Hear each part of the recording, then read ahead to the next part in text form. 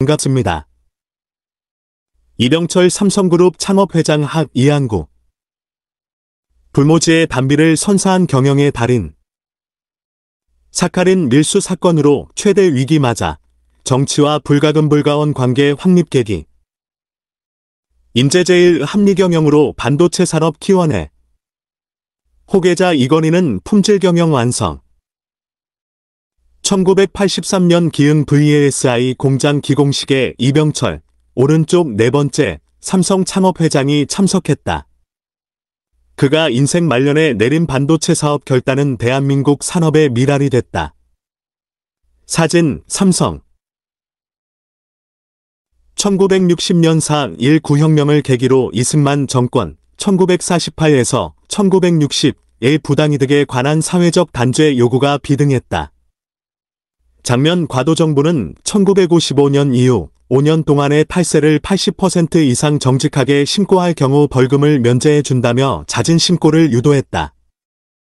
6월 20일까지 이병철 5개 업체 21억 4천만 원, 정재호 3호그룹 4개 업체 5억 6천만 원, 김상웅 삼양사그룹 1개 업체 1억 9천만 원, 설경동 대한그룹 대한재단 1개 업체 1억 2천만 원, 송영수 전주방직 2억 9천만 원, 백남일 태창방직 3억 1천만 원, 구인회 럭키그룹 3천만 원, 이정림 대한양회 600만 원, 조성철 중앙산업 500만 원 등이 신고한 탈세 총액은 33억 1,100만 원이었다.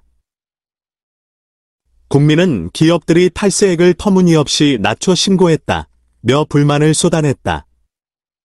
정부는 1960년 8월 31일 기업가 24명, 46개 기업의 벌금과 추징금 등 총 196억 원을 확정하고 1961년 4월 10일 부정축제처리법을 마련했다. 그러나 5월 16일에 군사 쿠데타가 발발했다. 5.16 혁명의 공약 3호는 모든 부패와 구악의 일소였다. 구인회, 이정림 등 최대 재벌 총수들이 부정축제자로 투옥되는 등 살벌한 분위기가 연출됐다. 삼성에서는 일본 도쿄에 체류 중인 이병철을 대신해서 조홍재 부사장이 투옥됐다.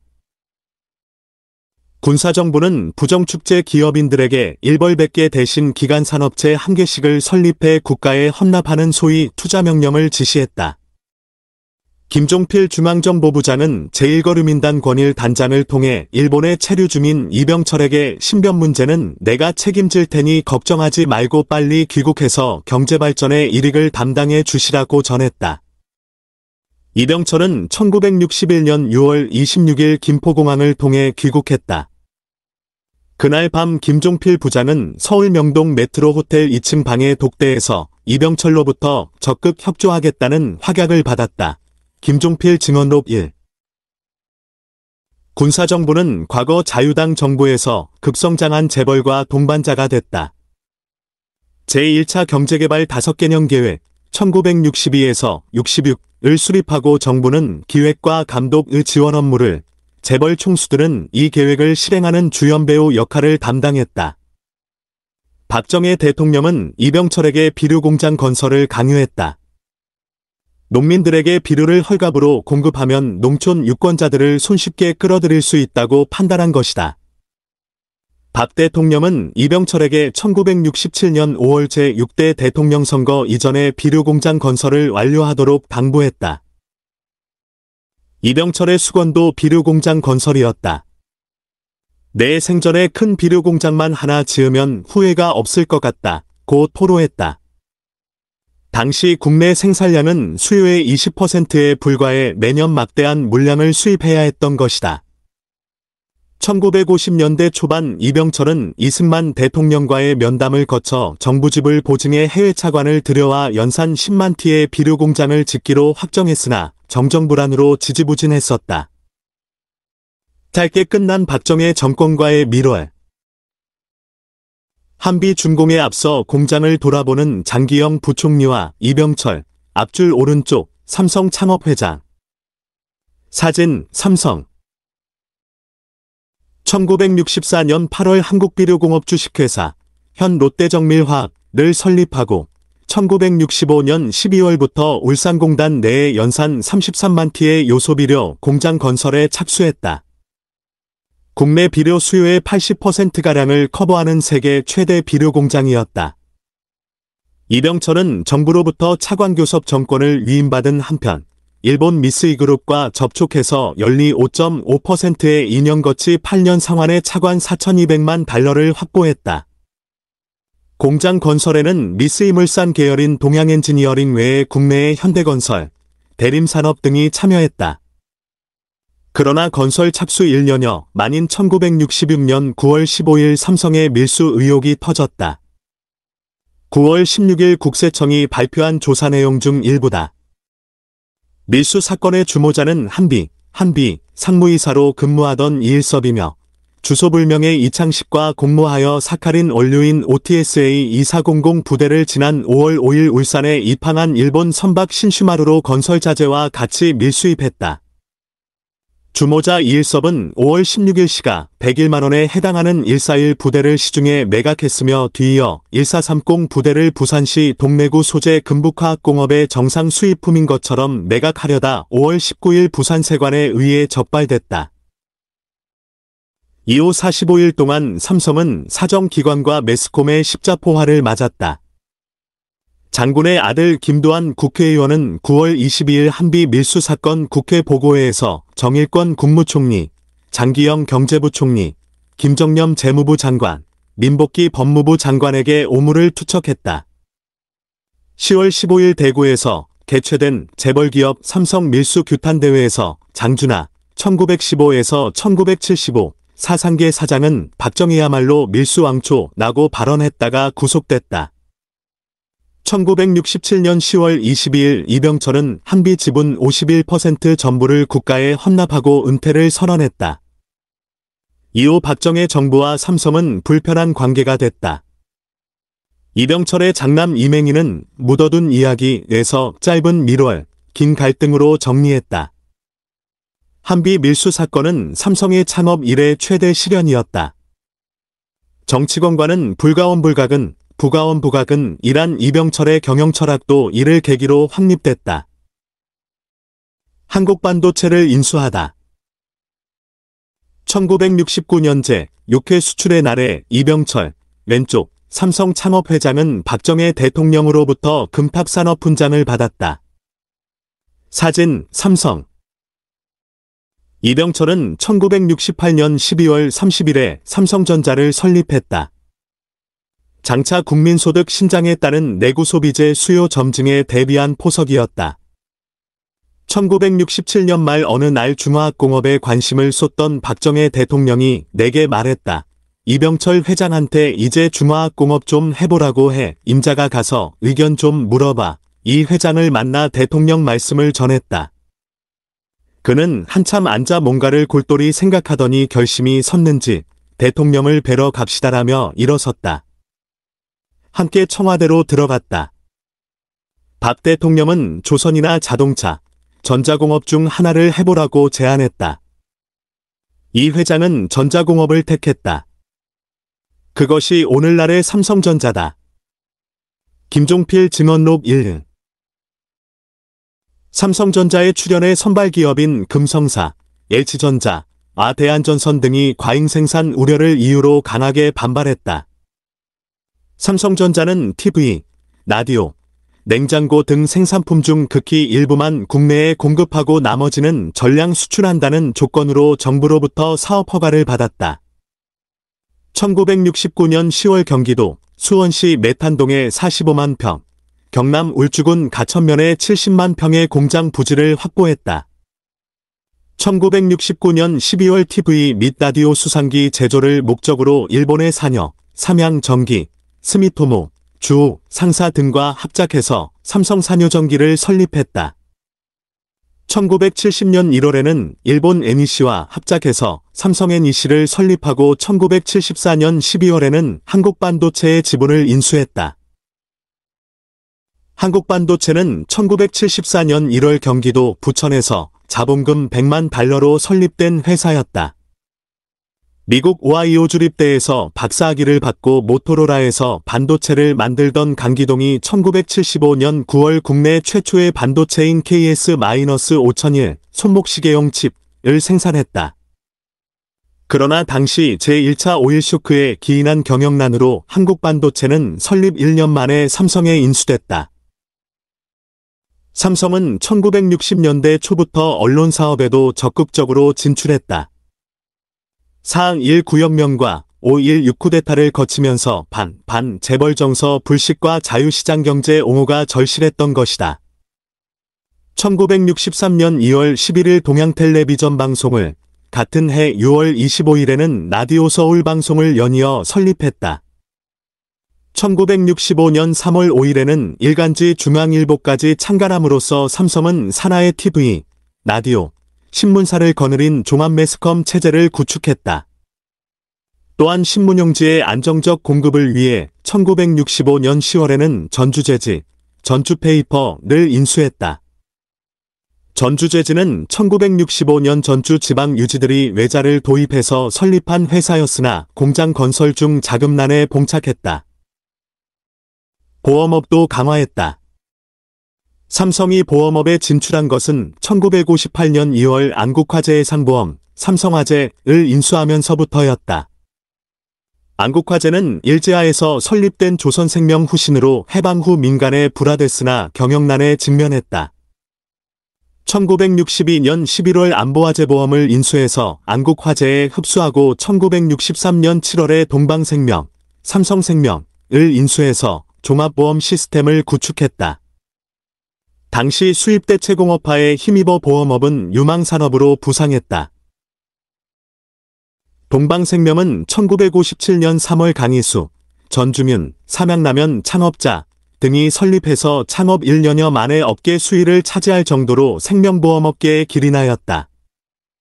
동방생명은 1962년 9월에는 동아백화점을 인수했으나 1963년 초 강희수의 갑작스러운 별세로 삼성이 동방생명, 동양화재보험과 동아백화점을 한꺼번에 인수할 수 있었다. 삼성은 1963년 11월 동아백화점을 신세계백화점으로 변경했다. 신세계백화점은 일본 미쓰코시, 3월, 백화점이 1930년 신축한 경성지점으로 일제하에서는 박흥식이 경영하던 화신백화점, 명동 입구의 정자옥, 롯데영플라자과 함께 국내 백화점업계의 트로이카였다. 이어 1970년대 삼성은 중화학공업으로 영역을 확장했다. 1972년 이병철은 미래성장 동력은 중화학에 있다. 며 삼성그룹의 중화학 업종을 40%까지 확대하라고 지시했다. 국내 섬유의 70% 이상이 화학섬유인데 원료를 전량 수입에 의존하는 터였다. 1974년 가을 삼성 50%, 미국 아모코 35%, 일본 석유화학 15% 지분 구성의 삼성석유화학이 설립됐다. 국내외에서 1억 달러를 조달해 울산석유화학공업단지 내에 부지 6만 평을 확보해 폴리에스터 원료인 PTA, 고순도 텔레프탈산, 생산공장을 건설했다. 제1차 오일 쇼크로 인한 불황으로 고전하다가 1983년부터 흑자로 돌아섰다.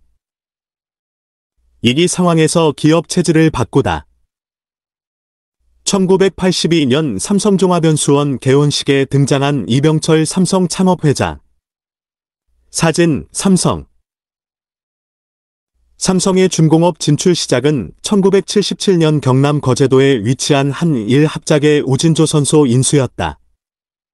1974년 설립된 우진조선은 1기 조선설비공사가 50% 정도 진척된 상태였으나 자금난으로 위기에 처하자 삼성이 우진을 인수해서 1977년 4월 22일 납입자본금 27억 2천만 원의 삼성조선으로 상호를 변경하고 조선설비도 국제 규모로 신속하게 확장했다. 1977년 5월에는 대형 철구조물 제작업체인 대성중공업을 인수했다. 대성중공업은 일본 대성철공소와 제1교포 성혜룡에 의해 1970년 11월에 설립돼 서울 남산타워와 롯데호텔 철골공사를 담당한 해당 업계 선두주자였다.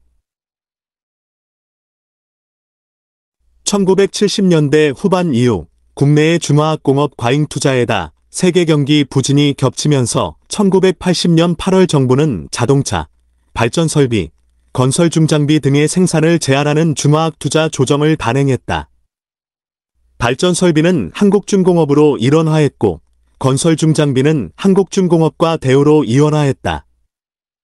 당시 삼성의 중공업 3사도 적자에 허덕여 1983년 1월 1일부로 삼성중공업이 삼성조선과 대성중공업을 흡수 통합했다.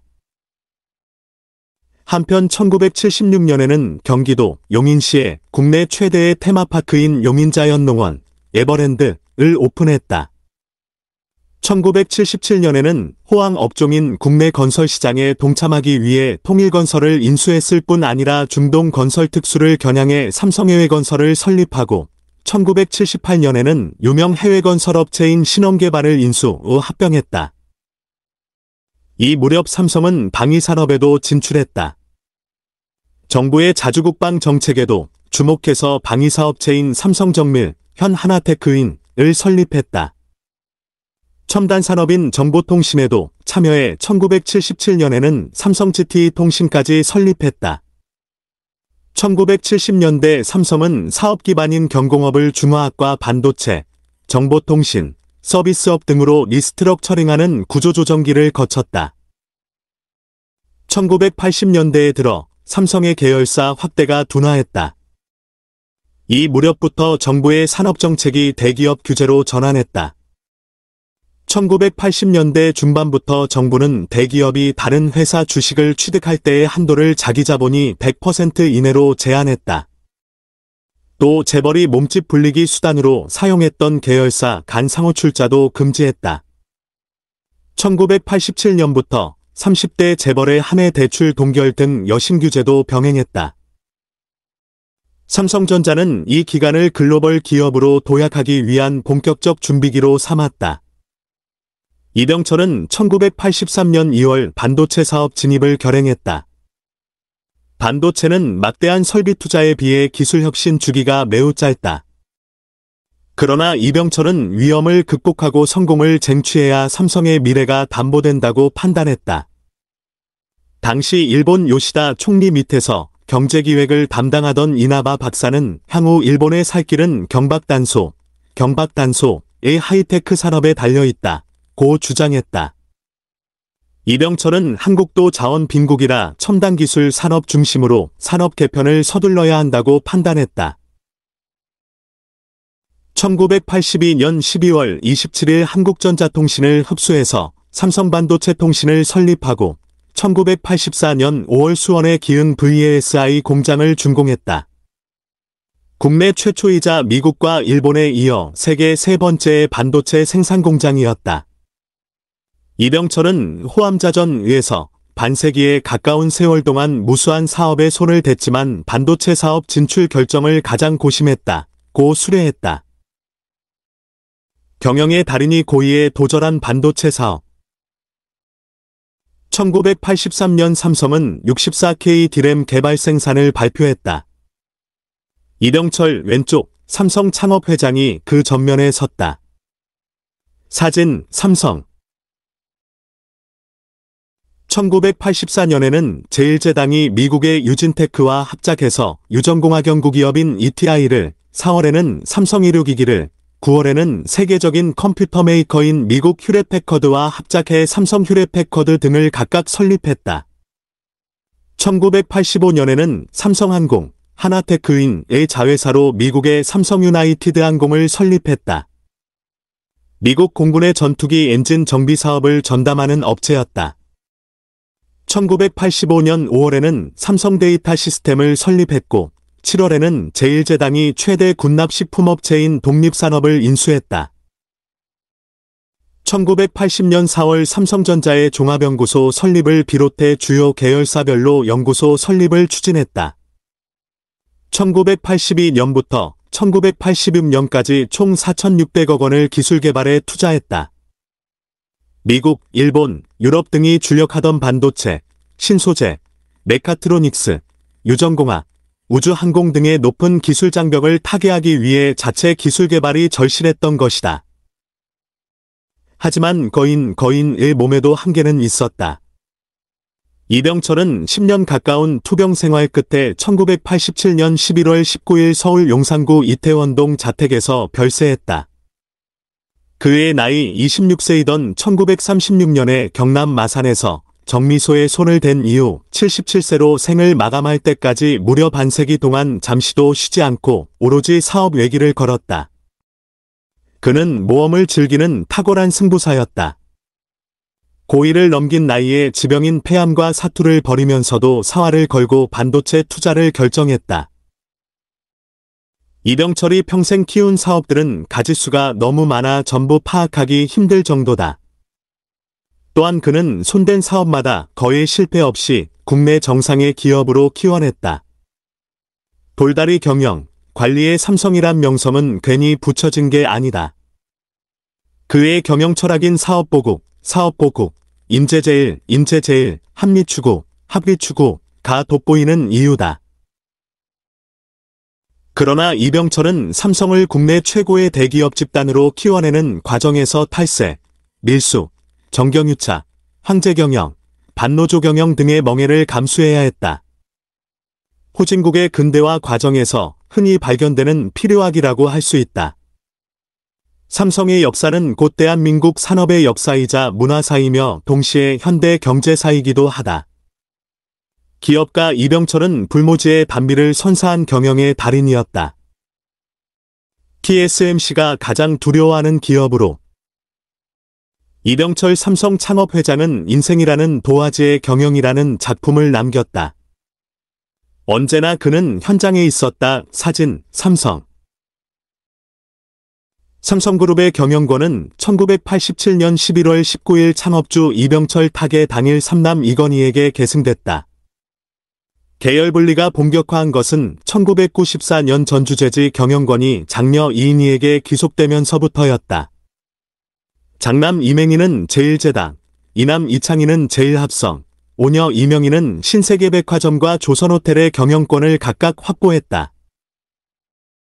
후계자로 선택된 이건희는 1988년 삼성그룹 50주년 기념식에서 2000년대 세계 초일류 기업 달성을 목표로 자율경영, 기술 중시, 인간경영의 제2창업을 선언했다.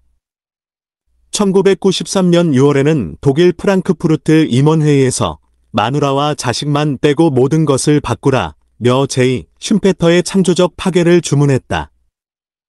1995년 3월 9일에는 삼성전자 구미사업장 운동장에 휴대전화 애니콜 15만 대, 500억 원 상당을 사업장의 전 직원들이 보는 앞에서 불태워버렸다. 세계 1위의 모토로라를 따라잡기 위해서는 그보다 뛰어난 제품을 만들어야 한다는 의지를 담은 행동이었다. 선대의 양적 경영에서 품질 경영으로의 전환을 예고한 상징적 사건이기도 했다. 1997년부터 애니콜은 단기간에 글로벌 점유율을 늘려갔다. 그 와중에 삼성전자의 TV가 부동의 세계 1위인 일본 소니를 제치고 세계인의 안방을 점령했다. 1996년에는 1기가 D램 개발에 성공했다. 세계 최초로 GIGA 시대를 여는 반도체 신화를 창조하는 등 글로벌 삼성 시대를 앞당겼다. 흔히 수성, 이 창업보다 더 어렵다고 한다. 실제로 국내외 수많은 기업이 창업자 사후의 흔적도 없이 사라진 경우가 비일비재하다.